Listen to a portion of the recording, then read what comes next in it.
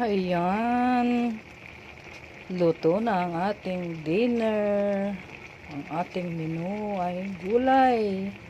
Gulay para sa hapunan. Konti lang yan, oh. Ano yan, may sari-sari. May sigarilyas, may okra, may talong, may gabi. Tapos, ano tong pinang-ano ko rito, patis na bagoong isda. Ayan. Tapos, nilagyan ko niyan.